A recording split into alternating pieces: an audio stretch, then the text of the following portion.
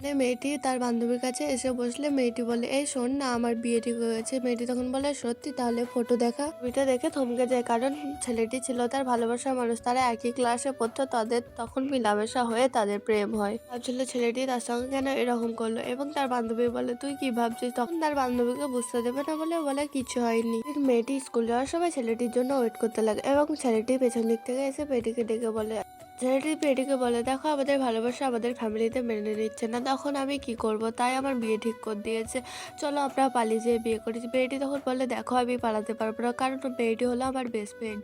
তাকে চলে যেতে লাগলে ছেলেটি পিছন দিক থেকে এসে মেয়েটিকে জড়িয়ে ধরে এবং তাদের কষ্ট অনুভূত করতে লাগে, এবং মেয়েটি ভাবে সেই মায়া ত্যাগ করতে হবে, সেই বলে সেখান থেকে চলে যায়। বান্ধবী ছেলেটিকে বলে, জানো দীপ, আমার বান্ধবী আমার জন্য কম কম্প্রোমাইজ করেনি, আজও কম্প্রোমাইজ করতে চলেছে। তার বান্ধবীর পানে তাকা। আসলে সেদিন তারা যখন আলোচনা করছিল, মেয়েটি সবটা দেখে, তাদের দুজনের হাত এক করে